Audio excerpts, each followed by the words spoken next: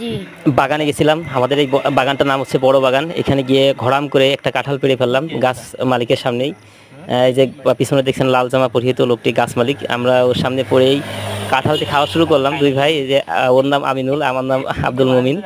আমরা ২ জন কাঁঠাল খাওয়া শুরু করলাম। এটা হচ্ছে গাছ পাকা কাঁঠাল। এই কাঁঠাল কিন্তু খেতে হেভি টেস্ট।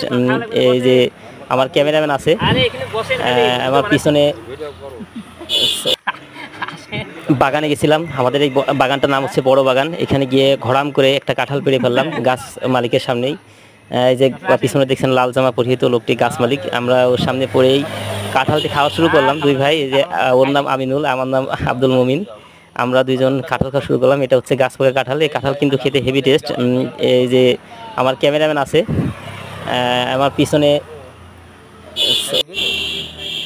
আমার পিছনে আরো অনেক মানুষ ছিল, তারাও আছে। একটু পরে দেখবেন যে তারাও আমার সাথে খাওয়া শুরু করবে। ভিডিওর সুবিধার্থে আমরা ২ ভাই কাঁঠাল খেলাম খুব মজা করে। আপনারা যারা গ্রামের বাড়িতে আসবেন, এখানে গাছ পাকা কাঁঠাল খেতে খুবই টেস্ট লাগে এবং খুবই সুস্বাদু লাগে। আমরা ২ ভাই খুব মজা করে কাঁঠালটি খেলাম।